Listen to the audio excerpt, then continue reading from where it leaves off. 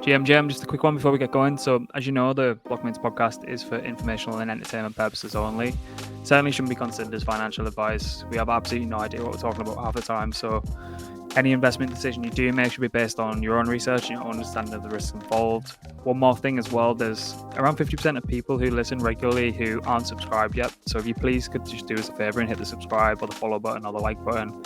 Helps content grow, helps us grow, helps it reach more people like yourselves, and it means the world to us as well. So that's the last I'll ask of you. So yeah, let's get to the episode. Good morning from a rainy, miserable, dark part of the north of England that I'm sure you're aware of where I am. I don't even know why I'm being weird about that. I've said it plenty of times.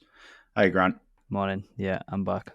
He's back. We've lost Mike. Mike's down and out. He's ill. First casualty of the autumn season. Probably COVID. I feel like I'm hearing that a lot lately. But nevertheless, we are here to talk between the two of us. So, prices and flows. So, Bitcoin is up from the last episode. We're at about circa 26.6k, now at the 27.5 mark. It is down 2.3% in the last 24 hours, though. ETH also up from the last episode to 1,665, but has retraced 3.6% in the last 24 hours. And total market cap is also up from Thursday to 1.13 trillion, but is also down 1.7% in the last 24 hours. Binance inflows over the past week. So on the daily, we're up 33.7 mil. And on the weekly, we are also up 58.4 million. And the Ethereum greed is also gone up a little bit and is neutral, though, at 50. That was probably quite misleading, but you know what I mean. So straight into it. Winners, BSV, Grant. Yeah, so this is actually quite funny because just because the token's up 18% doesn't mean that this couldn't have went in the losers section as well. So there's been a tweet that comes from the @Satoshi account, which has tweeted for the first time since October 2018, and it states that Bitcoin is a predicate machine. Over the following months, we shall explore different aspects that are not explicitly contained within the white paper, and then it goes on to say a lot more jargon. So I think community notes sometimes can be a bit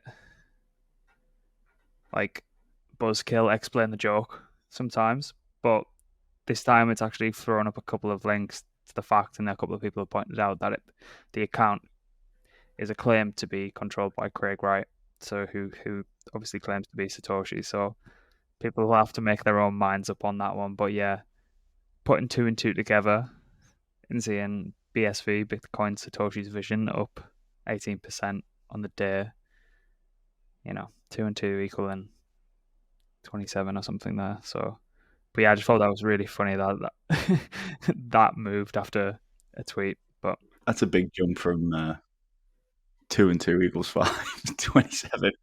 If you are listening on Spotify, on the screen now, we can see that, the new sort of X-Twitter thing that they've introduced. Craig Wright claims to be Satoshi Nakamoto, but has been proven to be a fraud.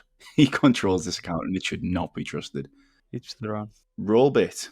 Yeah, it's snuck up again to it's a price at time of writing. It's 13 cents, 1365. So the crypto condom. one of our good friends, and if you listen to this for the first time, yes, we are a very serious media outlet here, but she's been doing a little bit of sleuthing and effectively tracing back some of the Rollbit comms, and there's always been these two swords crossing. Always been the football kind of emoji, and then there's this new one just appeared out of nowhere. And basically what Crypto Condom is saying is this is basically not just a slip up, and they've just added an extra emoji just for no reason. So they're saying if I had to guess, the chain refers to current community proposal to perform on-chain burns wherever cheaper than the Rollbit platform itself. And the rationale for the proposal attached, simply put, it puts to rest any questions that the revenue isn't real. It burns more Rollbit. It increases the efficiency of the buy and burn program. If this comes to pass, it may result in the repricing of the Rollbit token if spectators can confirm revenue is indeed real. Worth watching. One hand, it's hilarious that we have to guess if it's the revenue and the burn is real. On the other hand, if it is real, then I can imagine a huge repricing to happen, and not financial advice. I don't own any, but yeah, that's quite an interesting one. Yeah. Losers. So we said nothing really newsworthy, but I do think we'll get onto that in a sec.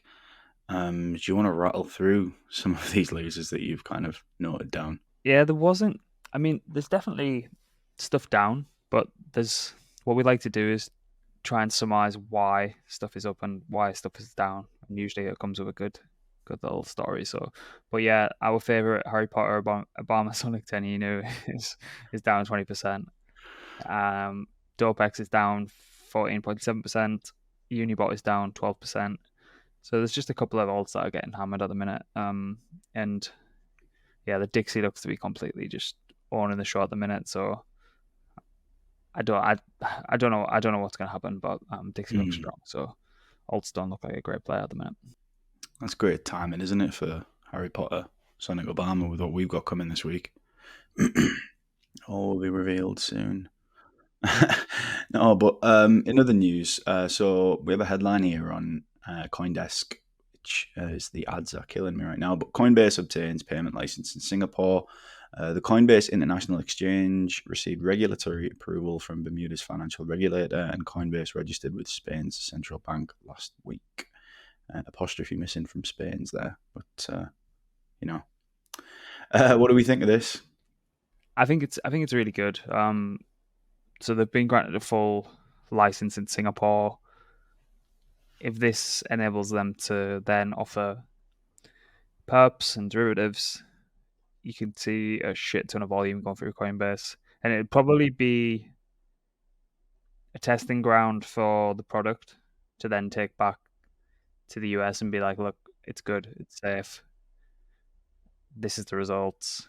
So it's it's a step in the right direction. They've been doing like incredible work in Washington like over the past couple of months. Like we should have actually brought that up quite a bit more, actually, because they're actually, I wouldn't want anyone else fighting in the industry's corner at the minute. I think they're just doing such a good job. So bullish coin. Hopefully there's a base token one day, because that did get rumored the other day. But no, it's good to see.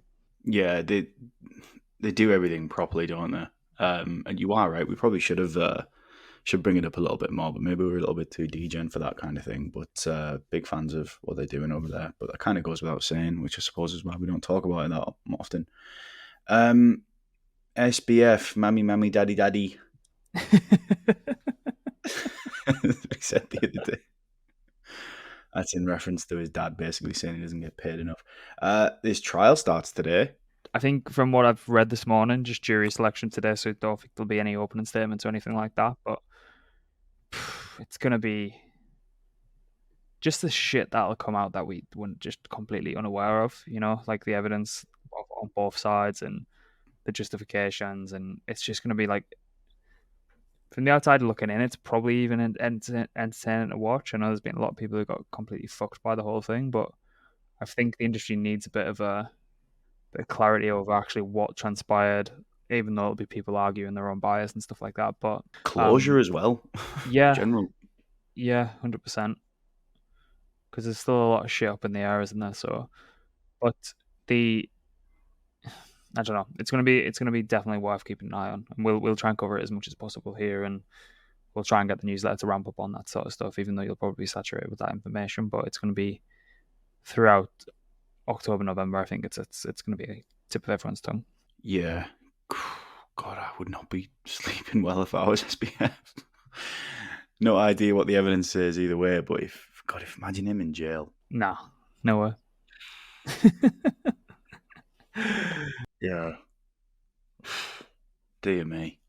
Because Michael Lewis, the author of Flash Boys and Big Short, is effectively doing his press tour now, and I think the book on SBF is gearing up to be launched, which is perfect timing really for him. But he was following SBF around for like 6 months prior to FTX blowing up. And then when it obviously blew up, I think his famous tweet was, "I think I've just got my end in."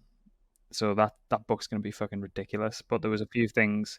He was on 60 Minutes and he pointed out that there was the guys from 60 Minutes had pointed out the fact that SBF was at one point considering effectively paying Trump not to run for office. And I think the number that gets floated around was like 5 billion. And like the interviewer was saying, don't you think that's a bit like mental? And Michael Lewis is effectively just saying, well, if you knew Sam like I do, that's not kind of out of the question. So fuck knows. I can't wait to get my hands on that. It'll be really interesting to see what sort of angle he takes with that as well. You know, if it's going to be net positive or negative for the space, whether he pins Sam, which I would hope he will, or whether it's more of just an objective of what this guy was up to, because the last thing we need is more bullshit spread about this. Yeah, you know, as excited as I am to read it, I'm also on tender hooks that... Who plays him in the movie? SBF? Ooh. I think they get...